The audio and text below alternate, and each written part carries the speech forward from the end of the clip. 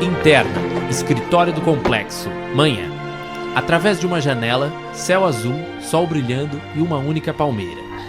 Heidi Bergman, 30 anos, inteligente e profissional, levanta de sua mesa e cumprimenta Walter Cruz.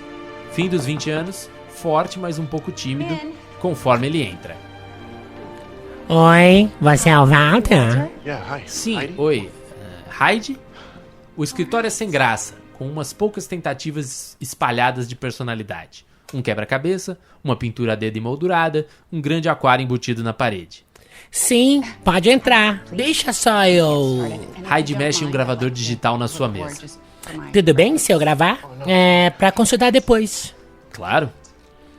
Eu acabei de ganhar isso. É um pouco desconcertante. Walter olha ao redor da sala. É bacana. O aquário. Aquilo? Pois é. Você gosta de peixes? Não, já estava aqui. Construíram junto com a parede, aparentemente. Ela espia no tanque.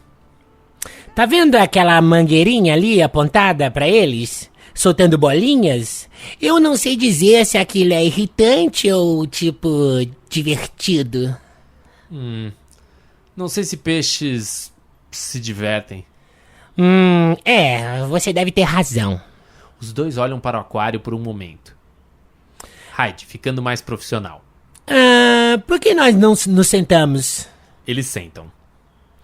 Hoje é 10 de abril de 2017, às 9h08 da manhã, falando com o cliente da Homecoming, Walter Cruz. Essa é a semana 1, sessão 1. Eu sou Heidi Bergman, EID 111078, e estamos no meu escritório no complexo. Interna restaurante Itália. Um lugar sonolento em uma cidade velha. Algumas famílias e trabalhadores sentam em mesas e no balcão. Heidi, 4 anos mais velha e vestindo o uniforme de garçonete, anda até uma mesa onde um casal está sentado. Olá, o que vai ser? 4 anos mais velha. Aconteceu com 4 anos. Posso pedir a salada Caesar, mas com molho de gorgonzola? Sim, claro. Pra você e pra você? Virou. Sim, claro. Ela fumou esses 4 anos sem tomou parar. uísque durante 4 anos. Eu vou querer o hambúrguer. Vem com fritas? Sim, fritas ou salada? Não, sim, fritas tá bom. É pra já. Ela pega os cardápios e anda até a cozinha. Conforme se vira, sua cara de "o cliente tem sempre razão" desmonta para uma de tristeza apática. Heidi na janela da cozinha. Pedido novo, salada Caesar com gorgonzola, hambúrguer. Outra garçonete, Dara, anda até a cozinha. Um cara da mesa pediu a conta. Ok, já levo. Também, você pode pegar meu turno no domingo? Kevin quer que eu vá até a igreja dele. Domingo? Claro, sim. Você vai na igreja? Agora eu vou, pelo visto. Heidi vai para outra mesa onde um homem de terno está sentado. Carrasco. Ele sorri conforme ela se aproxima. E aí, tudo certo por aqui? Ela entrega a conta. Maravilhoso, sim, obrigado. Posso tirar? Terminei. Ótimo. Heidi, esse é o seu nome? Sim, como diz aqui no crachá. Você trabalha aqui faz tempo? 4 anos, isso é muito tempo? Perdão, você é Heidi Bergman, certo? Esse é o seu sobrenome? Sim, Eu sou Thomas Carrasco. Trabalho no departamento de defesa. Você tá me perguntando se você trabalha no departamento de defesa? Não, eu trabalho. E você é Heidi Bergman? Você trabalhou na iniciativa Homecoming? Bom, sim. Anos atrás. Isso é sobre o quê? Eu tenho só umas perguntas pra você. Eu não... Quanto tempo você trabalhou lá na... Espera. Podemos... eu tenho um intervalo, podemos falar lá fora? Claro. Agora? Sim, tá bom, deixa só eu... Eu te encontro lá?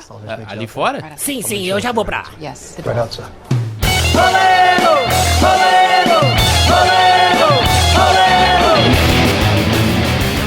Começa mais um Roleiro Podcast de forma diferente. E o Embu me garantiu que valia. Sim, roleiros, temos que fazer aqui uma desconstrução. Afinal de contas, nós somos roteiristas e fizemos uma promessa na semana passada. Isso. E as promessas, o que é que elas têm que ser, Gustavo? Cumpridas logo de cara no começo do programa.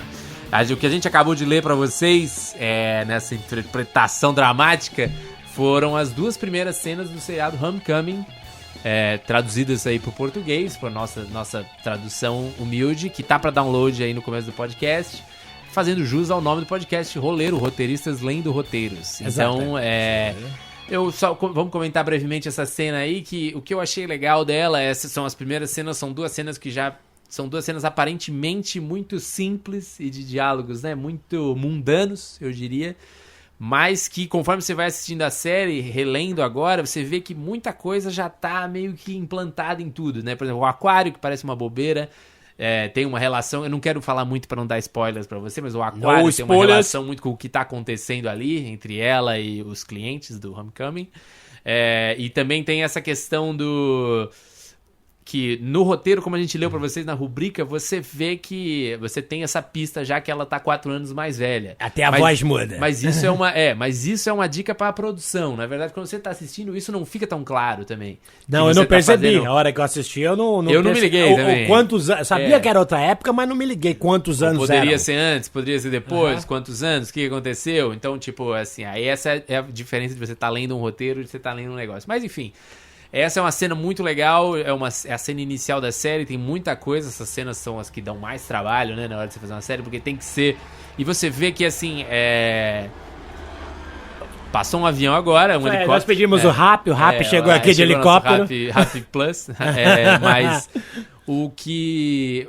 São cenas mundanas, você vê que tem uma tensão, e a direção do cara, desse Sam Ismail, é muito boa em mostrar que nessa situação meio mundana tem uma tensão acontecendo. E ela começa na primeira cena, você vê que tem ali um certo...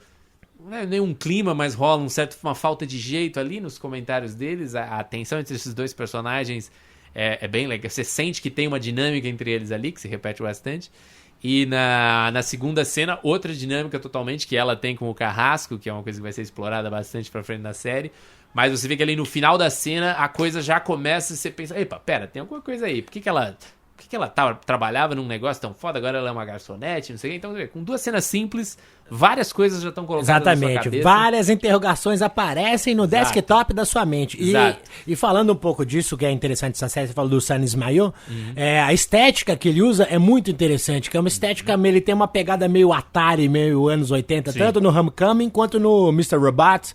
Ele tem essa pegada, eu me liguei que ele tem um ângulo, um take que ele gosta muito de usar, que eu não sei o termo técnico, é uma aérea, que mostra aquelas estradas cheias de pinheiros e os carros andando, essa coisa muito típica gosta de um drone. Ele curte um drone, ainda mais que hoje em dia é barato fazer primeiro episódio do Homecoming também, você falou isso, lembra? Tem uma cena, um plano de sequência absurdo. Dela andando, né? Que eu nem sei como eles fizeram aquilo. Eu, fiquei...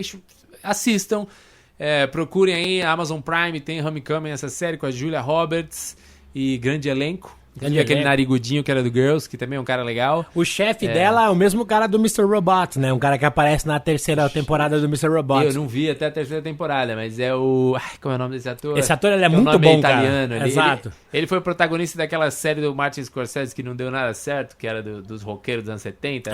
Lembro lá que era a galera... Ixi, Maria. É bom que podcast que, assim, os roteiros estão bem informados. Mas, continuando, esse porque é o da dúvida, podcast. Vou te falar, Gustavo, para limpar a nossa barra, é da dúvida que o mundo só evolui por causa da dúvida, porque se todos tivessem certeza, estaríamos ainda nas cavernas. Imagina, é isso, bonito. Então, agora, só falando uma outra coisa, a gente pretende ler sempre uma cena legal em todos os episódios. Mas a gente ficou pensando aqui que seria interessante também se alguns dos nossos ouvintes aí que estão na casa das centenas, de acordo com as estatísticas. Você, ouvinte! Se algum dos ouvintes tiver uma cena legal pra gente ler também, eu acho que é bacana. Comecinho de cena, umas 3, 4 páginas, né? Acho super válido e é uma maneira também de você interagir conosco, você, roteirista que nos ouve. Eu acho maravilhoso. É legal. Se você entrar no site roleiropodcast.com.br, vai ter uma página lá, mande seu roteiro. Talk to me. Pra gente ler, que aí você pode mandar seu roteirinho ali, você se compromete a não processar a gente depois, se você achar que, enfim, a gente não vai usar seu roteiro pra fazer nada, mas... Se você quiser também baixar um roteiro na internet, nos mandar, olha, eu queria tanto que vocês lessem o Jack Horseman, sei lá. Também é bom, se vocês quiserem dar uma sugestão de roteiro pra gente ler, também podem usar o Facebook, ou o Instagram, ou esse Fale Conosco aí, essa página. Então, fazemos esse pedido aí. Você que é nosso ouvinte, tem um roteiro, você é roteirista, quer ser roteirista, tá com um roteiro novo, quer ouvir ele sendo lido por 2 atores de alto calibre aqui. Se você estiver com raiva do seu roteiro e quiser ver o seu trabalho completamente arruinado pela nossa voz... Também, todas essas opções. Aí entra no roleiropodcast.com.br, envia seu roteiro que a gente pode ler ele nos próximos podcasts aí. Exato. Agora vamos avançar para umas notícias. Faz a vinheta aí, Bo. Notícias. As 2 notícias que eu acho válidas de serem comentadas aí, que uma é uma treta que tá começando agora, vai ter desdobramentos sérios, tá acontecendo em Hollywood, que é a treta da Writers Guild of America, vulgo o Sindicato dos Roteiristas dos Estados Unidos, e as agências. Treta forte. De talentos que lá... O que tá acontecendo? Lá, o sistema é diferente do que a gente tá acostumado aqui, que os roteiristas tratam direto com as produtoras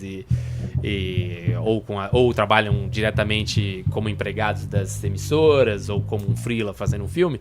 Lá todo mundo tem um agente e um empresário. O papel do agente é basicamente conseguir trampo pra você. Mediante uma comissão, uma comissão de 10%. Então, ele supostamente teria um incentivo pra você ganhar bem, porque o que ele conseguir fechar pra você, ele ganha 10%.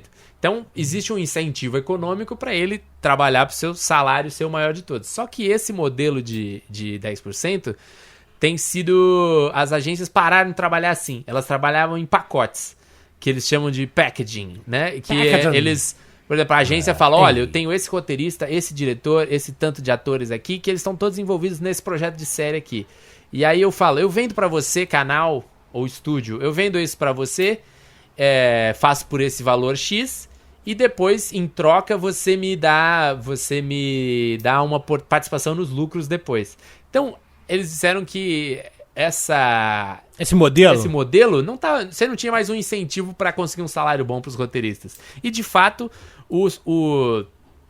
conforme o faturamento das empresas com o seriado subiu, coisa de, sei lá, os lucros dessas empresas zilhões por cento de aumento, principalmente com séries menores, mais curtas, que estão se vendendo mais.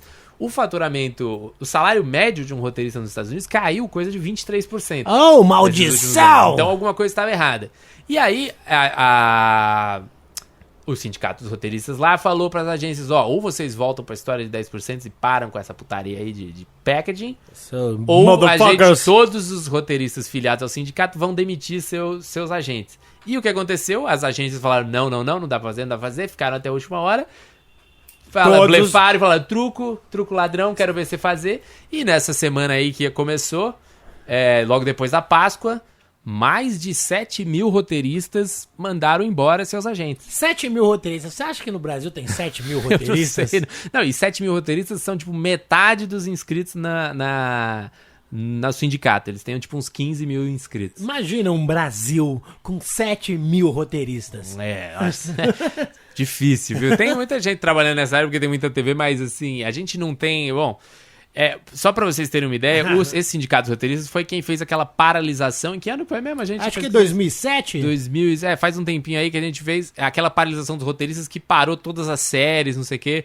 Então, eles têm um sindicato lá muito forte. Eles fizeram uma votação entre os membros pra ver se eles apoiavam essa mudança aí, e 95% dos membros votaram, vamos apoiar o sindicato. Então eles têm um sindicato muito forte, muito atuante e muito competente nessa questão de... Comunistas! Exatamente. Um pouco diferente da nossa relação com os sindicatos radialistas aqui, né? Olha, aqui se você quiser fazer uma greve de roteiristas, nós vamos ser demitidos e trocados por hamsters. Exatamente.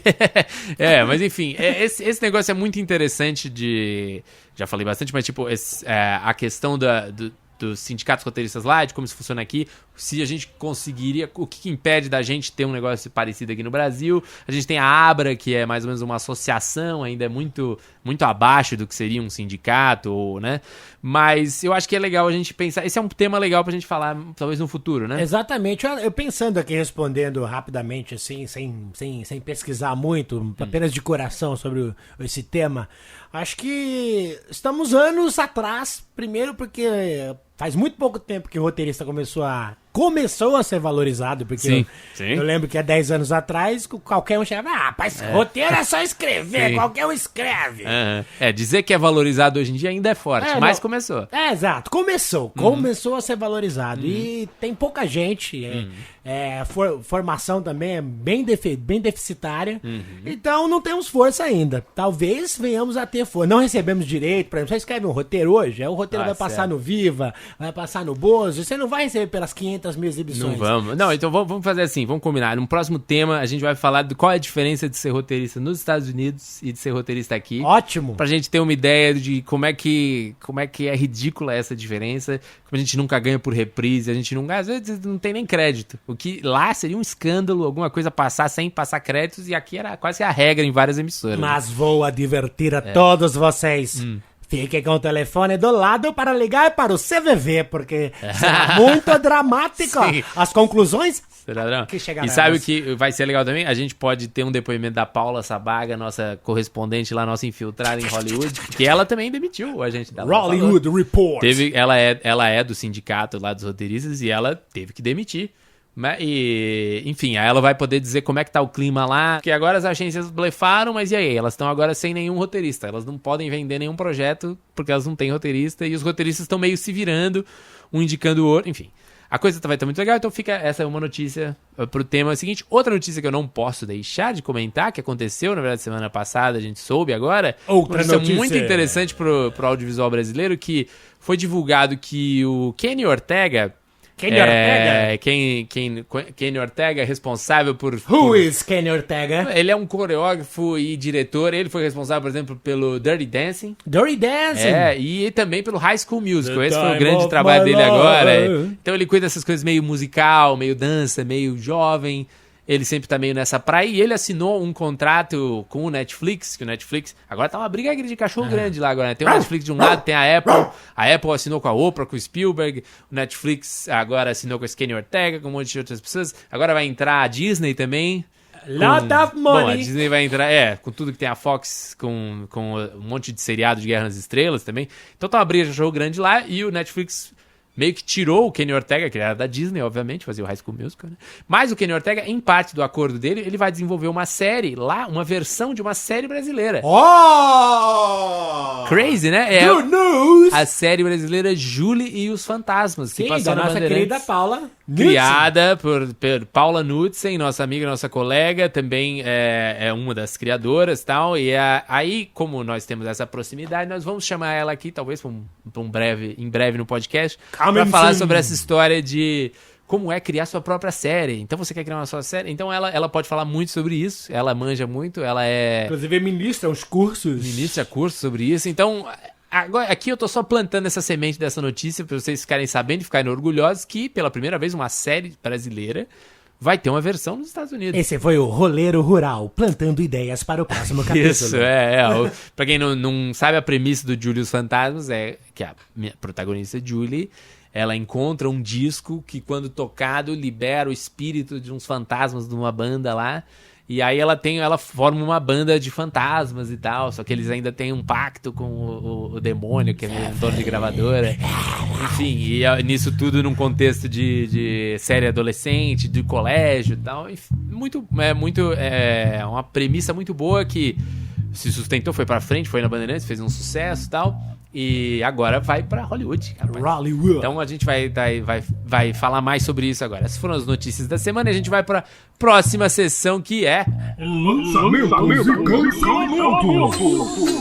Bom, o grande lançamento aí dessa semana é Vingadores, que tava... Avengers, o ultimato aí dos Vingadores. Eu odeio os Vingadores, cara. Todo mundo tá falando sobre, a gente não precisa falar muito sobre o filme, acho que é interessante só falar alguns aspectos disso. A gente tá gravando antes do fim de semana, então eu não vou ter o número exato pra dar pra vocês agora, mas a previsão de Hollywood era 300 milhões de dólares só nos Estados Unidos, só nesse fim de semana. Oh my God! 300 milhões de dólares, pra você terem uma noção, assim, pouquíssimos filmes passam dessa E renda. convertendo toscamente seria 1 bilhão e 200 milhões de reais. Porra, um bilhãozinho de reais. Você vê, só esse filme aí já resolveria a nossa previdência. Nossa, Entendeu? exato. Um filme desse já pagaria toda a dívida da nossa previdência. Ou mas, seja, ao invés de vocês limitarem a Lei Rouanet, nos ajudem a fazer isso, filmes para boa. arrecadar muito dinheiro. Os caras estão ganhando 1 bilhão e a gente aqui tá cortando dinheiro nem pra não fazer mais filme nenhum. É Exatamente. um pensamento muito inteligente. Olha, mas cortes não podemos pensar, temos que apertar parafusos. Então, cara, se ele chegar nisso aí, vai ser provavelmente uma das maiores aberturas da história do cinema. Olha, lembrando aqui, fazendo uma errata sobre nós mesmos, para caso alguém que seja muito nerd esteja nos ouvindo, a economia prevista na reforma da Previdência é 1 trilhão, não bilhão. Mas eu tô falando porque 300 milhões, esse E bilhão que eu apenas falei, só nos Estados Unidos. E apenas em um final fim de semana. Só nos primeiros dias de lançamento global já fez 305 milhões de dólares. Oh my God, is a lot Principalmente of money. porque fez 150 milhões só na China. Ah, China, não. Porque a Olha série aqui, da ó. Marvel faz muito sucesso lá na China. Ao contrário de Guerra nas Estrelas, por exemplo, que eu ouvi falar que não é nenhum sucesso na China. Não gosta de Darth Porque- Vader, não, China, não gosta? Ah, não, na verdade, porque os primeiros filmes, em 1970, a China era um pouco mais fechada. Ah, ao mercado. comunista, comunista maldito. Então não criou essa cultura de Guerra nas Estrelas que existe no Ocidente. Aceita o tempo lá? Mas os filmes da Marvel que começaram a sair lá já desde o Homem de Ferro e tal, foram criando Iron uma Man. fanbase. Enfim. Vamos ver que número que vai chegar, mas provavelmente vai ser um número absurdo. Olha, histórias idiotas, grandes Muito dinheiro. bilheterias. Você vê o poder de uma marca gostosa cultural, vestindo né? uma roupa de vinil, Também. uns gostosões vestindo roupas de vinil. Roupas de vinil dão audiência. Então, audiência e roupas de robô, de computador.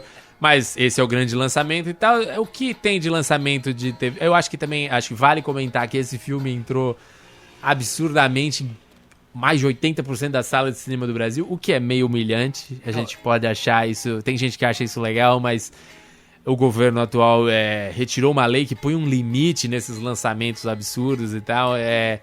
Parece uma coisa boa, mas não é uma coisa boa. Olha, isso o famoso pro abrir cinema as nacional, pernas obviamente. para os Estados Unidos, além de prejudicar o nosso mercado, que principalmente cinema, o cara faz um filme, aí dá maior trabalho pra fazer um filme, aí fica em cartaz uma semana, ninguém assiste, não dá lucro, logo não faremos outro filme. Não, aí as pessoas reclamam, porque, porra, esses cineastas pegam dinheiro e ninguém vê o filme deles. Bom, vai ver em que cinema, caceta.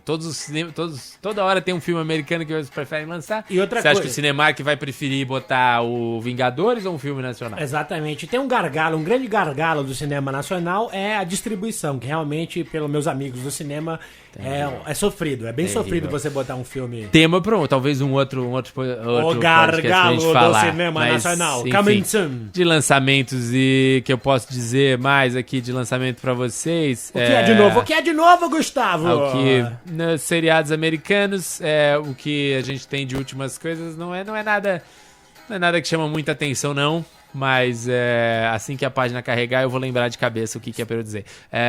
Aqui, as últimas novidades. O The 100 foi renovado. A gente falou, eu lembro que na primeira temporada a gente falou desse The 100. Faz tempo, hein? Faz muito tempo. A temporada 7 foi renovado. Um seriado... A maioria desses aqui é do canal CW, que renovou uma porrada de coisinhas. acho que o meu Roger, microfone All morreu, American, não morreu. conheço. In the Dark, não conheço. The Good Fight. Tem gente que assiste isso aí. The Good Fight disseram que é bom. Ah, é? Que é tipo um spin-off do The Good Wife. Ah, que legal. Então fizeram um spin-off de The Good Fight. Tá na temporada 4 e foi renovado pra temporada 5. Esse NCIS, que tô ligado, Los que é o- Angeles, tá na temporada 11 e foi renovado. Esse é aquelas E- séries que não acabam nunca, né? Nunca. Esse NCIS New Orleans, temporada 6, foi renovado. Os americanos gostam desses porcaria, hein? Desses procedural aí. Renovado. E o único que foi cancelado aqui, que a gente tá vendo recentemente, foi esse Andy Mac, da Disney, que eu nem conheço. Olha, não passou pelo nosso país. Esses foram os lançamentos e cancelamentos. Agora nós vamos pra Links da semana. Eu vou linkar aqui uma coisa, um vídeo da No Film School, que é um site com muita coisinha interessante. Esse nome é ótimo, né? No Film School. Que é um negócio, um vídeo rapidinho de tudo que você precisa saber sobre mockumentaries em 5 minutos. Olha, explica para nossos ouvintes, se alguém não souber o que é um mockumentary. Eu adoro. Esse mockumentaries é o que foi mais popularizado pelo formato The Office, mas vem de antes, que é mock, em inglês é tirar sarro, né? E documentaries vem de documentário. Então é um documentário de zoeirinha. Que começou com Spinal Tap. Na verdade, já deve ter coisas. Eu pensei antes, até mas... que mock, porque tem um mock-up, né? Temos mock-up para mas cenas mock, meio de falso um pouco. O verbo mock é de tirar sarro. Você tá mock mock. E tal. E aí então é como você usar a linguagem do documentário para fazer comédia. Gosto dessa linguagem pra caramba, todo mundo já viu The Office. The Office realmente Parks é and Recreation, já viu. Então, esse vídeo meio que mostra toda a história desse estilo que já foi feito no Brasil, tentaram fazer no Brasil. Ainda não fizeram um bom mockumentary no Brasil. Não, ainda não. Mas já tentaram fazer. Tem um maravilhoso, quem quiser ver, mais recente, que vai virar série na HBO até, que chama What We Do in the Shadows. What We Do in the Shadows? De do Flight of the Conchords, aquele Jermaine. Não sei se você já viu aquele mais que fala grosso, assim. Ele é um dos criadores e é feito também por o Taika Waititi, que é um diretor desse último Thor aí, já que a gente tá falando de filmes da Marvel. Os Thora. Esse Thor Ragnarok aí, que todo mundo gostou, que era mais engraçado. Eu sou um cara muito engraçado. É a vida de vampiros no mundo atual. Interessante, hein? São os vampiros que moram juntos e querem sair na balada. E como é que é? Então é um mockumentary, como se alguém fosse fazer um documentário sobre eles, sobre essa coisa. É muito interessante esse filme. Eu acho que ainda tá no Netflix, What We Do in the Shadows. Não sei como é que seria o nome em português. O que você faz nas sombras? O que vocês fazem nas sombras, enfim. Mas se você procurar What We Do in the Shadows, aparece no Netflix aí pra você ou no seu serviço de coisa. Mas, então, essa é a minha dica. Qual é a sua dica do link da semana? Olha, a minha dica do link da semana chama Superhuman. Como eu explicaria assim de uma maneira bem fácil, bem mastigada. O Superhuman seria um show de calouros de superdotados. Certo. Então ele é apresentado por um carinha aqui que eu não lembro o nome dele, que é muito famoso em séries nos Estados Unidos. Que tem cara de indiano, não realmente. Vamos dar uma olhada com você, o Gustavo, Sim, que é um cara falando, culto. Explicando. Passa onde? Passa na Fox americana, não Fox passa aqui, você vai poder ver no YouTube. A gente tem um link. O que tem nesse link? Tem um link, tem o programa temporada 1, episódio 1, ou seja, o piloto. Van Premiere. Desse formato aí, mas então ele é um reality, é uma competição? Não, é uma competição entre 6, acho que ele explica ali bem na abertura, são 6 pessoas fantásticas e elas têm que passar por provas, que são provas, amiguinho. Não é uma prova de a ponte do rio que cai. Então, não é todos uma prova... os superdotados passam pela mesma prova? Não, é uma prova específica para cada um, de acordo com a habilidade deles. Sim. E são provas assim, meu Deus do céu, como é que essa pessoa faz isso? Como você chegou nesse programa? Você tá fazendo Olha, me chamaram pra... Uma coisa que acontece muito com você, roteirista, é que te chamam pra trabalhar, se der certo, a gente tem uma ideia aqui. Aí, meu irmão, tudo bem com você aí? A gente tá com uma ideia aqui, meu irmão, uma ideia bacana, a gente precisa da sua ajuda aí, ó. Só que é o seguinte, a gente vai ter que fazer um projeto e se der certo, se o canal aceitar, em setembro ou em outubro, aí quem sabe a gente te paga um salário que é metade do que você ganhou o ano passado, entendeu? Faz na misa agora. Exatamente. E se rolar, você ganha alguma coisa. Exatamente. E aí você tá lá na sua casa ali, malandrão, sem fazer nada, ali no ócio, desemprego, pensando nas contas, fala, pelo menos eu vou exercitar a minha mente. E aí nisso eu comecei a pesquisar e cheguei lá, fui fazer uma busca por novos game shows do mundo e esse me chamou muito a atenção. Superhuman. Então, legal, eu acho que eu tô pensando em vários temas, esse negócio, eu preciso anotar tudo isso depois. Eu vou ouvir o podcast e anotar, mas tipo, outro tema legal é um pouco a gente falar de formatos, esse meio realities, competições, né? Sim, tem vários tipos. Tem pessoas transando na ilha, tem pessoas transando com ex na ilha. E qual é o papel, na verdade, especificamente, qual é o papel do roteirista nesse tipo de coisa? Isso é interessante. Outro tema bom, roteirista de reality. Sim, vamos... Eu já cheguei a ser quase contratado, mas não fui, mas eu fiquei muito curioso. O que será que faz um roteirista de reality? Sei, até tenho pessoas boas aqui pra chamar, não vou comprometer ninguém ainda, porque não falei com elas, mas tem umas pessoas interessantes pra chamar e falar disso. Mas, bom, fica essa dica então, tudo que você precisa saber sobre mockumentaries e um reality de competição aí novo pra você que gosta de conhecer formatos bizarros de TV. Esses foram os links da semana e agora chegamos no filé do programa, que são Tema da semana, o nosso filé. Tema da semana, o nosso filé. Vocês viram pelo título do podcast, conforme a gente falou, a gente insinuou no episódio passado, a gente vai de novamente um tema que foi pedido por ouvintes. No caso, o ouvinte Ericles Tomé entrou lá no Facebook, na página do Roleiro Podcast no Facebook, veio falar, na verdade ele veio me pedir roteiros de programa de auditório, que ele tava precisando de roteiros de programa de auditório. Aí eu, ao invés de ser um cara legal e mandar os roteiros pra ele, eu falei, posso usar essa sua dúvida num programa? E aí eu coloco os roteiros pra download? Ele falou, isso beleza. É legal, isso é cooperação, isso legal, é bonito, Eric, cara. tudo bem? Talvez você quisesse ter esses roteiros antes de todo mundo, mas agora você vai ter esse roteiro junto com todos os ouvintes. Mas tudo bem. Lembrando que se você divulgar algum desses roteiros, você pode pagar R$1 milhão. Não, mentira. Não paga nada. Só não venda dizendo que é seu, porque não é seu e tá aqui. Mas vamos falar sobre roteiro de programa de auditório. Sim, roteiro de programa de auditório, eu e o Gustavo já fizemos muitos programas de auditório. Não é um roteiro tradicional, esse roteiro que você vê, diagramado, bonitinho, assim, Final Draft, essas coisas. É uma coisa variando de programa para programa. Como eu diria, é um outro caminho de roteiro. Isso eu acho que uma coisa que a gente pode fazer que é legal aqui é expandir um pouco a cabeça de que as pessoas, que é roteiro, né? Porque existe o roteiro óbvio, que é o roteiro de ficção. Todo mundo meio que imagina, o roteiro de ficção precisa ter, você precisa dizer tudo o que acontece. Sim, esse é um formato de roteiro, todo mundo gosta de fazer esse formato de roteiro, todo mundo estuda isso aí, mas não é a única forma de roteiro que existe em televisão. Porque existem outros formatos, a TV é formada por muitos outros formatos. E um dos formatos mais tradicionais de TV brasileira é o programa de auditório. Exato. Porque é um programa para a família brasileira. Fazer, ele tem uma vitalidade da plateia tá ali.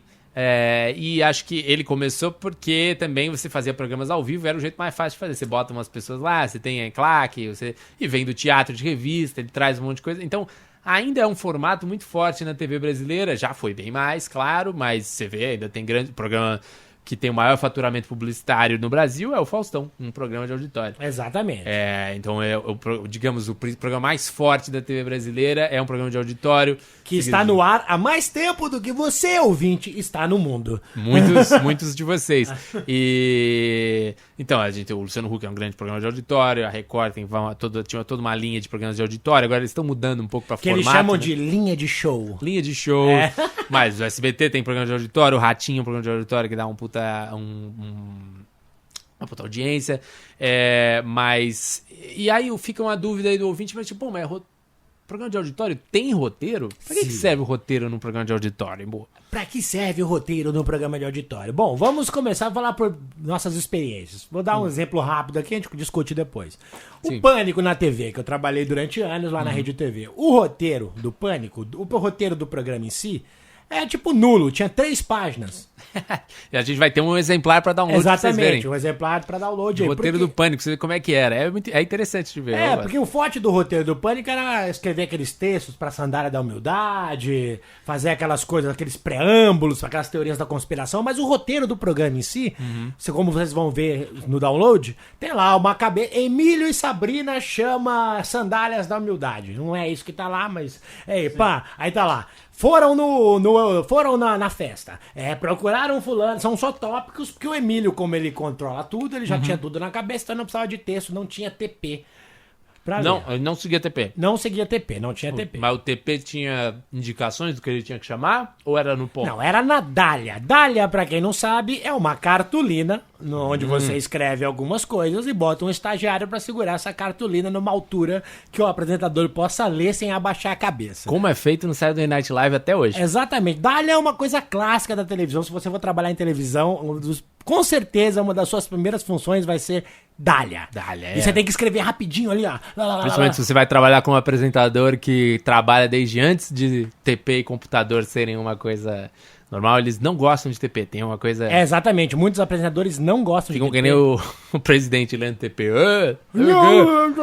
O Brasil tem muita... Enfim, mas é... E é difícil ler TP, não é fácil não, amigo. Então, porque não defendendo o Pânico é um formato...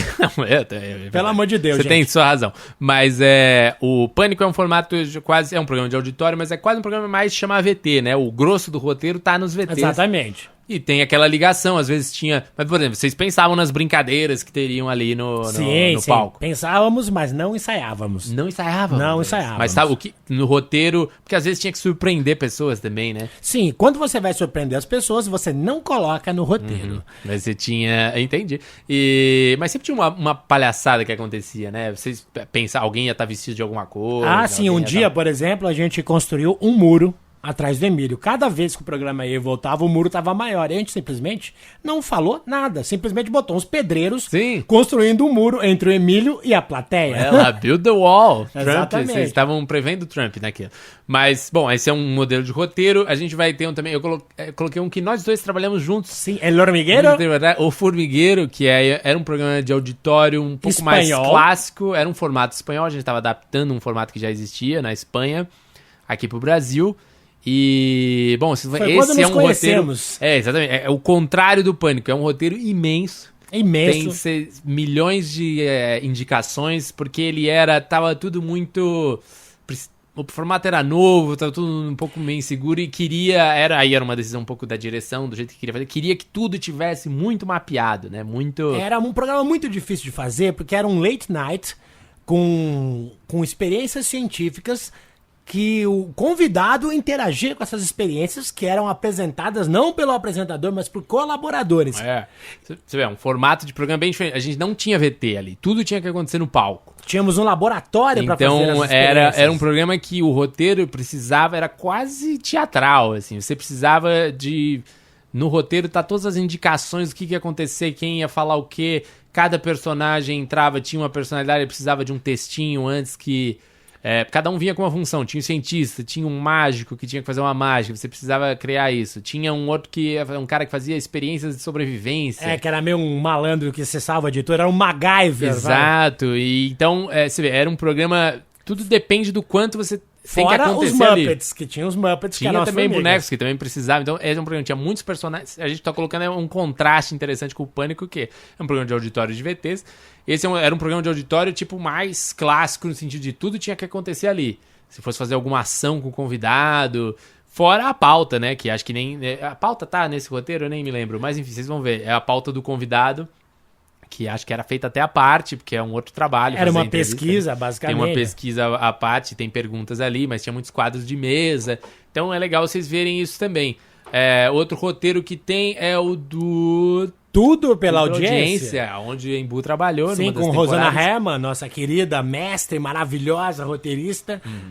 Beijo, Rosana, te amo. Nós dois já trabalhamos com ela. Nós te amamos, exato, maravilhosa.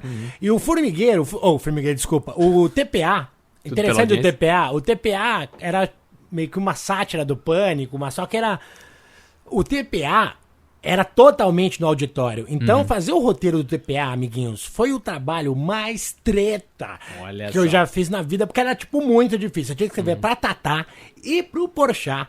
Tipo, quem assistiu o TPA, vê eles falando verborrágicos, aquilo é tudo roteirizado. Claro que eles têm as genialidades deles com as improvisações, mas era tudo roteirizado. Então, e você trabalhava junto, um roteiro, coisas que acontecem em roteiro de programa de auditório, você escreve o roteiro junto com os outros departamentos, no caso do DPA, que é o departamento de arte. Então a gente ia inventar uma máquina, a gente tinha lá uma reunião de pauta, eu, Rosana e o pessoal, e inventávamos uma máquina de amassar lata de refrigerante na bunda de alguém da enturragem. Isso no Formigueiro tinha também, né? Tinha uma coisa assim, exatamente. De inventar umas máquinas. Mesmo. Então vem uma pessoa que você explica pra ela, você teve a ideia, o processo de como se escrever um roteiro, do caso, por exemplo, esse do TPA. Você tem lá a reunião de pauta, onde você tem as ideias, aí você faz essa reunião junto com o departamento de arte e a produção, enquanto você escreve, eles estão produzindo. Sim. Então você já conversa com a diretora de arte pra fazer, vou precisar de uma máquina que amasse a lata de refrigerante na bunda do cara. E ela vai, enquanto você vai escrevendo e pensando nas piadas, e pensando nas perguntas que você vai fazer pro convidado, e na brincadeira, você tem que interagir com a diretora de arte, que ela te manda, o protótipo da máquina tá bom assim? Você não, tá bom, não tá bom? Então, parece fácil, mas é extremamente complicado. É um ponto bem interessante que você levantou aí, porque realmente comparando com ficção é uma coisa muito mais coletiva, né? E é isso, porque as coisas mudam muito em programa de auditório, porque você depende do que a produção vai conseguir. Às vezes você pede uma fantasia de dinossauro, eles conseguem uma de tubarão, e aí você precisa mudar a situação toda. Porque já tinham produzido ali uma montanha do Elopir, uma caverna, você vai ter que botar o tubarão na caverna, assim, normalmente você trabalha com prazos muito mais curtos, né? Curtíssimos. Ou você vai fazer muitos programas por dia, como era no Porchat, que era um programa por dia, aí era uma puta de uma loucura também, porque também... Então tudo isso são coisas muito específicas de cada programa, então cada programa é mais ou menos um esquema, né? Esses que a gente tá falando, o Formigueiro era semanal, o Pânico era semanal, tudo pela audiência era aqueles que gravava de batelada, né? Exatamente, a temporada, imagina você gravar 2 programas desse por dia. A equipe tinha 120 pessoas, amiguinho. Era um esquema pesado. A equipe do programa do Porchat, onde eu trabalhei, que também é um programa de auditório, talk show, mas com muita coisa de palco ali acontecendo, e tinha VTs também, era misturado, então tinha uma sala de roteiristas grande até, com 8 pessoas, que pro Brasil é uma sala grande. Então, porque você tinha pessoas fazendo um monólogo especificamente. Também tem um roteiro do programa do Porchat pra vocês baixarem aí pra ver como é que era. Então tinha pessoas trabalhando no monólogo, que são humoristas meio específicos disso. Tem pessoas trabalhando na entrevista, que são específicos disso, né? E tem pessoas também, alguém fazendo meio toda essa união dessas coisas. Eu, quando trabalhei como chefe de roteiro, a Rosana também já foi trabalhando nisso. Trabalhando nessa função, a gente tinha meio que a função de juntar tudo isso num programa coerente, sabe? Uma coisa leva a outra, que quadro vai entrar cada semana. É muito mais um quebra-cabeça de, tipo, as ideias que a gente tem, onde elas podem caber bem. É quase confeitar um bolo, quase, né, cara? Quase confeitar um bolo. Então, você vê, a gente aqui poderia falar muito desse negócio, mas, então, essa área é uma área muito legal, porque também não é uma área que você precisa ter... A gente não fica falando de Robert McKee aqui. É roteiro também, mas é uma coisa muito louca. Porém, é interessante você ter uma noção de começo, meio e fim, que no fundo é tudo isso, que às vezes é um problema, porque mesmo dentro do programa de auditório, você precisa criar situações que tenham começo, meio e fim, pra ficarem coerentes. Um VT, por exemplo, o programa tem um VT, esse VT vai ter um roteiro. Lógico, é uma mini história, né? É uma mini história que você tem que inserir no contexto daquela macro história ali, que é o programa inteiro. Mas falando do programa de auditório, do auditório mesmo, se você vai criar uma situação, vai criar um mistério, vai criar uma piada, você precisa levantar ela, fazer o setup dessa piada, você precisa pensar na apresentação, então você precisa ter um pensamento como roteirista muito... Às vezes você precisa até ter um pensamento meio de produção, meio de direção, no sentido de... Às vezes não, eu diria que sempre. Você precisa pensar, tipo, como é que isso vai se apresentar no palco, sabe? Você tem que ter uma noção boa do que é o seu palco, o que é o elenco que você tem pra trabalhar, que também é uma outra coisa que você tem que trabalhar. Então, é uma função de roteiro que exige muitas habilidades, é um conjunto de habilidades bem diferente do roteirista de ficção só, mas é muito divertido de fazer, porque é muito coletivo, né? Muito mais coletivo, você lida muito mais com outros departamentos do que normalmente nos roteiros de ficção, que você é um cara mais isolado, você tá só trabalhando com outros roteiristas, cuidando da história e entrega aquilo ali, e ainda mais no Brasil, que não existe essa coisa de showrunner, nem de roteirista acompanhar episódio, você entrega e, tipo, seja o que Deus quiser, você só vai ver isso na TV pronto, como o Gustavo Suzuki falou no programa passado, né? Às vezes você nem às vezes você nem reconhece o que você fez. Que você trabalhou, mas no programa de auditório não, você tá lá junto o tempo inteiro. Então, a gente, como é o tema da semana, a gente chamou pessoas para darem seu depoimento aqui também. Uma das pessoas que eu chamei para falar é um grande amigo meu, conheço ele também de tempos emitivísticos que eu trabalhei lá, é o Marco Paná. Paná. O Marco Paná já trabalhou a gente se conhecia na MTV, e aí ele já trabalhou em vários programas de auditório. Deixa eu ver, quer ver os programas de auditório que ele falou? Só um cortezinho aqui, pra eu lembrar que ele me mandou os programas agora. O WhatsApp podia ter um sistema de busca melhor, né, cara? Melhor, é difícil. Mas ele já trabalhou, os programas de auditório que ele já trabalhou, ele já passou pelo Super Pop, da Luciana Gimenez. Super Pop! Já trabalhou no O Positivo, do Otaviano Costa. Positivo? Com a Feiticeira, o clássico, a versão clássica. Clássico. Antes do Luciano Huck, né? Uhum. Que foi, e ele trabalhou no programa da Sabrina. Depois, quando era o Luciano Huck, era H. O H veio antes do O. O Luciano Huck foi pra Globo e ficou o O. Por causa do Otaviano. Certo, mas com a feiticeira. Exatamente. Isso é importante. E ele trabalhou no programa da Sabrina também no ano passado. Então é um cara que tem uma boa experiência, umas histórias. Eu perguntei pra ele, fiz essa mesma pergunta. Pra que serve o roteiro num programa de auditório? E essa foi a resposta que ele mandou. O roteiro de um programa de auditório, ele tem um detalhe importante, que ele é um roteiro que tem que prender a atenção tanto do público em casa quanto do público que está lá na plateia assistindo o programa, né? Porque se a plateia não se envolve com o programa, praticamente está tudo perdido, né? Então, e claro que nesse caso também o carisma do apresentador também é fundamental. E ele também, o roteiro de um programa de auditório é também um roteiro que precisa ser flexível, tanto para mudar a ordem das atrações ou o tempo de duração dos blocos, né? E isso pode acontecer tanto com antecedência quanto sem antecedência mesmo, né? Na hora do programa, né? Quem nunca? Que mais? O roteiro de um programa de auditório, principalmente dos mais populares, de TV aberta, ele é também um roteiro que normalmente tem aquele gancho que vai sendo chamado ao longo do programa inteiro, né? E só vai ser apresentado, alguma coisa só vai ser apresentada ou revelada no final, a ação só vai terminar no último bloco, algo vai ser revelado no último bloco. Então, normalmente é algo que o roteirista, junto com a direção do programa ou com a equipe de redação, já tem que pensar desde o começo, quando ele for elaborar o roteiro, qual é o gancho do programa, né? Uma coisa importante, assim, pensando na questão do mercado de trabalho para roteirista de TV, é lembrar que hoje em dia existe cada vez menos programas de auditório, né? Então ele é um mercado que está cada vez mais restrito em relação a vagas, né? O programa de auditório, ele é um programa caro para fazer, ele depende muito das caravanas, da plateia, né? Então ele é caro, ele tem uma estrutura grande, né? Precisa de um estúdio grande e ele cada vez mais está perdendo espaço na grade para os reality shows ou até um pouco para os talk shows que, né, tiveram um pequeno boom recentemente.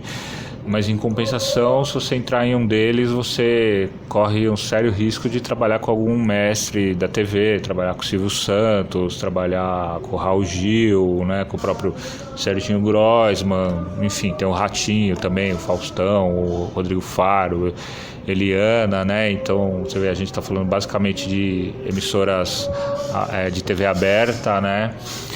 E assim, não dá para dizer que em todos eles vai ser uma experiência 100% prazerosa, né? Porque tem estresse também, você vai lidar com pressão por audiência, às vezes com algum ego mais inflado, né? Tem apresentadores legais, mas nem todos são legais, né?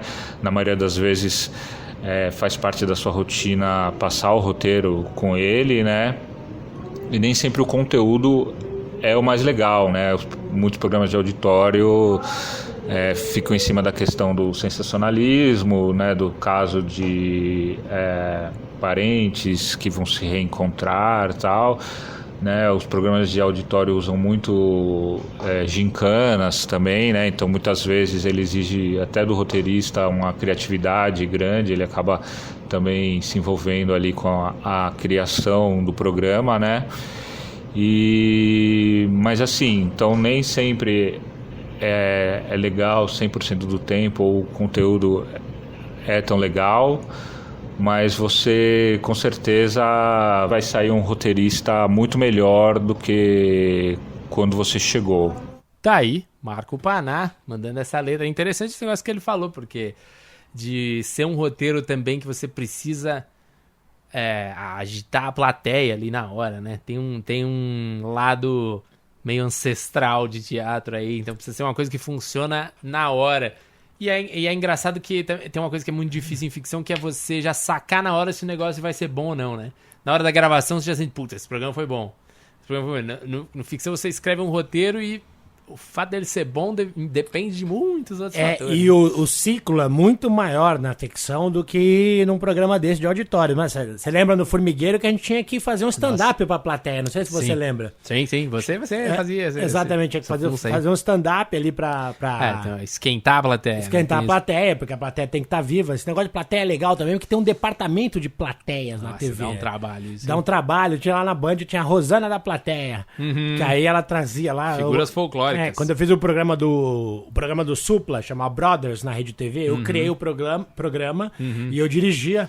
Verdade, você tem esse outro programa de auditório aí no seu currículo, rapaz. O Supla, muita gente fina, o Supla e o João, sou amigo deles até hoje. E era isso, a plateia, eu chegava pra mulher da plateia e falava, eu quero uma plateia assim, assado. Você pedia... eu quero o perfil, não vem. Não vem porque o horário que grava e não sei o que, a escola, quem tá autorização. Disponível pra ir de tarde na TV. Exatamente, comer um lanchinho de mortadela, que sempre tem um lanchinho, quer agradar uma plateia, dá um lanche bom. É, verdade. Porque plateia de estômago vazio não vai vibrar. É um investimento importante, parece bobeira, mas investir no bem-estar da plateia ajuda muito o seu programa. Mas, de novo, sem querer bancar o cachorro magro aqui, mas nos Estados Unidos eles transformam essa coisa da plateia quase que numa atração, né? Os programas que são famosos, a Ellen DeGeneres ou os Late Nights, você se inscreve pra ir e você espera um ano pra ir, porque é como um show da Broadway. Você vai ver e o programa é pensado como um show mesmo. É claro, é um puta show. Você pega lá o do nosso amiguinho lá, que é Conan, o Jimmy Fallon. Você vai ver um programa daqui, é um show, amiguinho. O próprio Formigueiro, que eu fui na Espanha fazer o piloto. Verdade. É um show, cara. Vai Will Smith no negócio. Então, que é um pensamento que isso é meio triste aqui de TV brasileira, que ninguém nunca quis fazer isso a sério. Eu, pelo menos, não sei de nenhum programa que faça isso. Mas como se grava aqui, você fica horas gravando a porra do programa e a plateia fica cansada, você precisa parar, precisa sair pra ir no banheiro. Aí não tem dinheiro, contrata uma plateia só pra 2 programas. Exato, não existe ensaio, isso é uma coisa terrível. No Tudo Pela Audiência tem ensaio, tinha ensaio. Por isso que se destacava, porque nos programas americanos você vai fazer tudo, existe um momento na tarde em que o programa todo é passado sem plateia ou pra uma plateiazinha mínima de teste ali, e depois você faz o programa mesmo como um show. Mas a TV brasileira trabalha com aluguel de estúdio, você não quer ficar gastar tanto tempo, então você pega o horário de estúdio e tuxa 3 programas ali ao mesmo tempo. E outra coisa que eu vou te falar, minha experiência internacional de TV, que eu fui lá pro Formigueiro, o dia do Formigueiro, chego lá, nunca tinha saído do Brasil, chego lá em Madrid, balé. Aí eu entro na produtora, eu olho uma galera, aí eu vou lá, ingenuão, brasileiro, cachorrinho magro, falo, ô tio, quantos programas que você grava aqui, meu? O cara...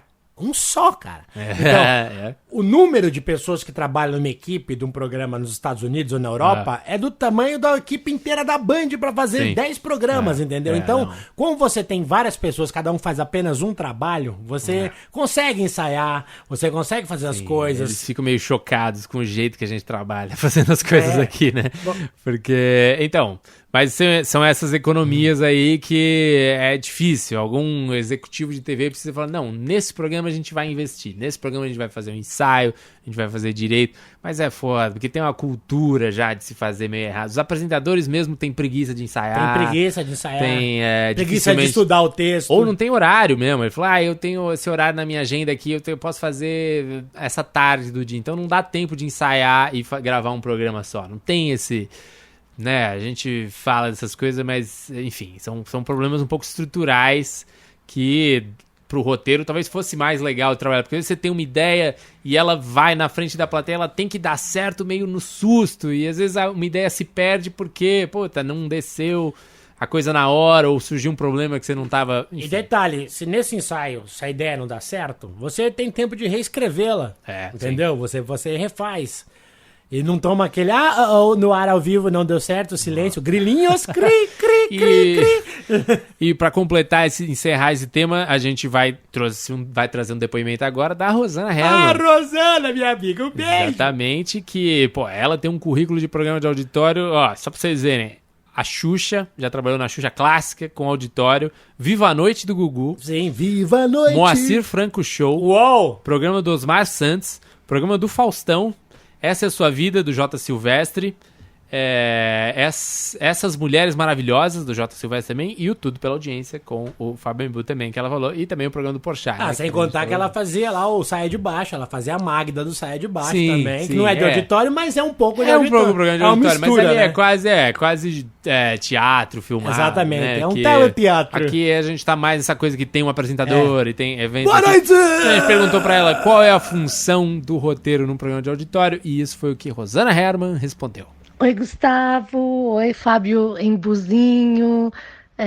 Primeiro, obrigada pelo convite para participar do podcast. E vamos lá, bora lá falar então de ser roteirista de programa de auditório. Dito assim, é aquela famosa pergunta, mas o que tem para fazer de roteiro num programa de auditório que parece acontecer todo espontaneamente? Bom, o roteiro ele é indispensável de qualquer jeito, porque ele é aquele documento que vai para todo mundo, a técnica, a direção e tal, e todo mundo está alinhado na mesma página e saber o que vai acontecer. Eu trabalhei em 2 tipos de programa de auditório, gravado e ao vivo. Nos programas gravados, como Viva a Noite, do Gugu, que tinha gravação, às vezes gravava 2 programas, ficava 16 horas gravando, era realmente uma loucura. Então, nesses programas gravados, com plateia, você tem todos os quadros que você apresenta, e que em geral o roteirista também cria, quando tem brincadeira, cria as brincadeiras, cria os formatos junto com toda a equipe. E tem o chama-chama que a gente fala, que é o que o apresentador chama quem vai vir. Vai chamar o convidado, tem que ter uma cabeça para dizer, elogiar o convidado, dizer o que ele faz, enfim, tem um jeitinho original de chamar a pessoa. Então tem a estrutura inteira do programa, que tem que estar no roteiro, tem que ter todos os quadros, todos os nomes de quem vai participar, e tem uma parte técnica que é assim, todo mundo fica puto que é roteirista, porque todo mundo quer ser assim, roteirista super criativo, cheio de ideias e tal.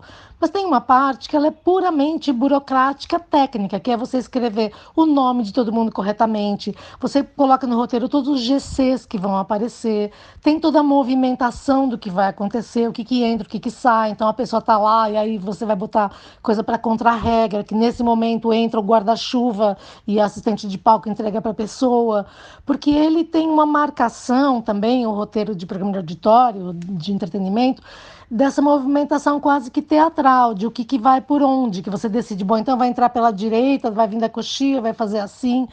Agora, imagina o que é a importância de um roteiro num programa de plateia ao vivo. Eu fiz, por exemplo, para o J. Silvestre, eu fazia 2 programas na Band, é muito antigo isso, vocês nem sabem quem é o J. Silvestre, mas eram 2 programas que eu fazia em dias consecutivos, eu varava a noite sem dormir. Os 2 programas eram de plateia ao vivo. Então a importância é maior ainda, porque você faz o roteiro, aí tem uma reunião com todo mundo, porque como é ao vivo, tem que ter ensaio à tarde, passa a luz, passa som e tal, e tem uma hora que faz a leitura geral com todo mundo, né? O diretor lê com todo mundo. Então, o que acontece nessa hora? O diretor lê o roteiro e ele vai interpretando como se fosse assim, um show que vai acontecer em 1 hora, porque é ao vivo, né? Então o tempo é real. Então entra a orquestra, ataca quando tem orquestra ou vinheta, ou entra com tal música, aí a pessoa entra assim, cumprimenta, canta tal musiquinha, a outra plateia aplaude, e aí, primeira coisa do dia, ou tem... É tudo marcado e descrito essa movimentação do que vai acontecer e com o tempo, né? Porque você tem que dar conta do tempo, tá certinho para... Você não pode... É ao vivo, não tem como você ceder o limite do tempo. Então, às vezes cai alguma coisa, o roteirista tem que ficar lá no ao vivo, porque se acontecer alguma coisa, alguém faltou, alguém sumiu, alguma coisa caiu por causa de audiência, você tem que mudar na hora. Então, ele é muito mais técnico, mas com uma super responsabilidade. Então, não é dizer que é uma bosta. Não, é um outro tipo de trabalho, mas é um trabalho bastante, assim, crítico para quem faz. Então, por exemplo, programa de auditório com, tipo, Gugu, que leva muito famoso e tal, assim, então aconteciam coisas de você ter gente que se odeia marcado no mesmo programa. E aí você tem que ir lá e separar o camarim, que não pode ninguém ficar perto de ninguém. Ou você tem aquelas divas que não querem que ninguém aporrinhe, então querem ficar isoladas e tem que ficar lá puxando o saco. Ou que quer que você passe o roteiro para saber tudo que vai perguntar e evidentemente vai ser tudo diferente, mas você tem que ir lá e ficar com cada um meio babá, meio, sabe... tem uma parte também na hora da gravação de você ter que interagir com todo mundo, porque o roteirista, o apresentador e o diretor são as pessoas que sabem, têm o programa inteiro na cabeça, né? Elas sabem tudo que vai acontecer, se tiver que mudar a ordem de alguma coisa, elas se juntam rapidamente, então são meio que um triunvirato que tem que tirar o melhor do programa e ele pode ser mudado a cada momento enquanto você está gravando para poder tornar o programa melhor ainda. Então acontecem coisas assim de bastidores, de gente que se recusa a fazer alguma coisa, você tem que fazer outra, o assessor combina uma coisa, quando chega o artista fala que não está sabendo de nada, não estou sabendo que eu tenho que fazer isso. Sabe, então tem o programa teórico e tem a hora da gravação. E quando isso é ao vivo, então, minha filha, aí você tem que pedir pelo amor de Deus, suplicar. Tem uma parte de humilhação também, mas faz parte do trabalho como um todo. Essa foi a Rosana Herman. Nossa, quanta coisa eu me lembrei conforme ela falava desses causos. Nossa, quem nunca passou por isso, amiguinho? Todo mundo que já trabalhou em programa de auditório tem histórias dessas. Eu já fui ameaçado, quase fui espancado pelo apresentador já. Já, o cara fechou a mão pra me bater. É mesmo? É verdade. Olha lá, eu já tive... Yeah! Quem será? Mas não, é verdade, já tive que resolver muitos pepinos de artistas chorando de repente, ou antes de entrar, ou tipo que não, me recusa a fazer isso, não sei o que, você tem que acalmar o cara e mostrar, porque é isso, a hora de gravar um programa de auditório é um monte de gente perguntando o que vai acontecer, o que vai acontecer agora, o que vai acontecer agora, e você tem que ser a pessoa que sabe disso tudo, né? É quase uma função política, né? Quase, essa você parte, vai fazendo tudo, porque você precisa estar em todos esses lugares. Verdade, é bem interessante essa experiência. Eu me lembrei desse que eu até não comentei, mas eu também já trabalhei em coisas ao vivo. Fiz roteiro de programas ao vivo também. É verdade, essa coisa do tempo também é uma loucura. Eu já fiz roteiro de eventos, assim, tipo de um VMB, por exemplo. Já fiz o roteiro de um VMB, que era um programa exibido ao vivo. E aí é mais um show mesmo. Você pensa como um show, você tem tanto tempo pra música. E, bom, o que pode acontecer aqui? E a plateia precisa rir aqui. Deve ser uma coisa forte. Isso vai acontecer no palco, isso vai acontecer ali. Então realmente é quase uma coisa meio geográfica. É um evento, eu fiz essa coisa de evento ao vivo também, o último que eu fiz o Miss Brasil, que é a mesma coisa, cara. É um evento que tem 27 candidatas e apresentador, tem plateia, você tem que escrever esse evento inteiro que tem, sei lá, tem quase 2 horas de duração. Você escreve todas as falas dos apresentadores, as perguntas das misses, as perguntas dos jurados. Sim. E, por exemplo, nesse ano agora, é uma coisa até posso falar, essa coisa que acontece em você não tem controle. Essa pergunta de jurado ali, quando você vai fazer um concurso de Miss, você tem que ter uma mão, você não pode fazer uma coisa muito pesada que a moça não consiga responder. Claro. E você também não pode fazer uma coisa... E aí eu fiz uma pergunta, era um cara da Folha, o jurado, o cara não fez a pergunta e fez uma pergunta extremamente pesada para a Miss, que era... Da cabeça dele. Da cabeça dele. Você é a favor da legalização do aborto? Porra. Meu, nessa hora todo mundo... Eu não tava junto com a diretora, porque eu tava junto com o cara do TP pra ver se tava indo tudo certo. Nessa hora todo mundo... E aquele silêncio na plateia, aquela plateia conservadora. Não era ao vivo. Era ao vivo. Ao vivo, não dava pra cortar depois. Sim. Meu amigo, o que você faz numa hora dessa? Tem convidado que aproveita. Tem convidado que aproveita. Porque você faz um programa ao vivo, é isso. Você não sabe o que vai acontecer. Às vezes tem uns sacanas desses que vão te sacanear. Isso pode acontecer. Sim, pode. Então, essa diferença do ao vivo pro gravado é realmente importante nesse tipo de programa. A gente fez outro ao vivo que eu fazia, era o Comédia MTV. Mas ele tinha um roteiro, era um pouco diferente, era um pouco como o Saturday Night Live. Ele não tinha tanta mudança, porque era um programa muito mais de esquetes, então... Era mais parecido até com o Saia de Baixo na vida, né? Sim, porque o Saia de Baixo ainda se interagia mais com a plateia, como ali a gente tinha mais ceninhas, assim, Lógico, você tem pessoas ali como a Tata Werneck, o Adnet, que são gênios de interação e tal, mas a nossa parte de roteiro era muito mais criar situações ou mesmo sketches mais fechadas, né? Então não era um programa de auditório, tinha auditório, tava ali ao vivo, mas era, enfim. Se eu achar, porque isso faz bastante tempo e eu usava outro e-mail na época, se eu achar um roteiro eu coloco ali também, se não tiver na página é porque eu não encontrei um roteiro, mas quem quiser baixar roteiros de alguns dos programas que a gente falou aqui, a gente colocou exemplos pra vocês verem, terem uma ideia de como é que era isso. Olha lá, esse foi o nosso tema, hein? Foi nosso tema muito bem explorado, eu achei. Participações dava pra falar muito mais coisa, mas gostei, esse tema rendeu mais até do que eu pensava quando falamos. Exatamente. Mas muito bem, agora a gente terminou o tema. Normalmente, num programa normal, a gente estaria agora entrando pra chamar o convidado. Mas a gente percebeu no programa passado que é meio cansativo. A gente já falou, tipo, 1 hora aqui, no caso, já estamos cruzando a virada de 1 hora. Entrar uma entrevista agora realmente é um pouco massivo demais. E uma entrevista gravada há muito tempo atrás, um outro ambiente. Sim. E vai ficar realmente 2 programas. Um pouco esquisito. Então, o Embu deu uma ideia que eu gostei muito e a gente vai adotar agora. O Roleiro Podcast vai dobrar. Time of Vão ser 2 programas por semana. Na terça-feira temos o Roleiro mesmo, que a gente fala do tema, o programa temático, a gente conta as notícias da semana. Coisa mais radiofônica. E na sexta, vamos botar sexta-feira? Sexta-feira é um bom dia. Sexta-feira é um bom dia. A gente vai colocar as entrevistas, que temos ainda várias entrevistas pra colocar. Então nessa sexta-feira a gente vai ter uma entrevista. Sexta-feira? Sexta-feira. Pode ser? Vai ser uma entrevista com a Camila Frender. Que ela comentou um pouco no programa passado de como entrar nessa área, né? E ela entrou nessa área agora, ela também é blogueira, influencer digital. Eu conversei com ela tava com o filho pequeno ainda, então ela também falou um pouco sobre essa coisa que eu tô experimentando agora, ter filho pequeno e trabalhar. Mas ela fez muitas coisas bacanas agora, tá fazendo um monte de coisa super bonita, ela trabalhou, fez muita coisa da adotada, né, da Maria Eugênia.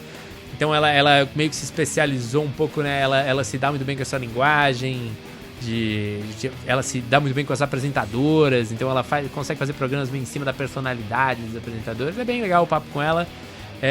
Então, sexta-feira, vocês vão poder ouvir isso no Roleiro Entrevistas, né? E aqui são Roleiro Entrando. Mas enfim. Então, o programa de hoje fica por aqui. Muito obrigado a todos. Muito obrigado a todos por nos acompanharem. E aí, agora vocês vão ter dobro de roleiro durante a semana. Sim, double. Não é legal? Parece promoção. Então, Embu, muito obrigado. E até semana que vem. A gente volta até sexta e depois até semana que vem com mais temas. Até semana que vem, meus queridos amigos. Até semana que vem, Gustavo. Muito obrigado, Gustavo Fengo, amigo. Grande abraço a todos vocês. Comendo um franguinho frito aqui. Um grande abraço a todos vocês. Até semana que vem. Roleiro fica por aqui. Tchau!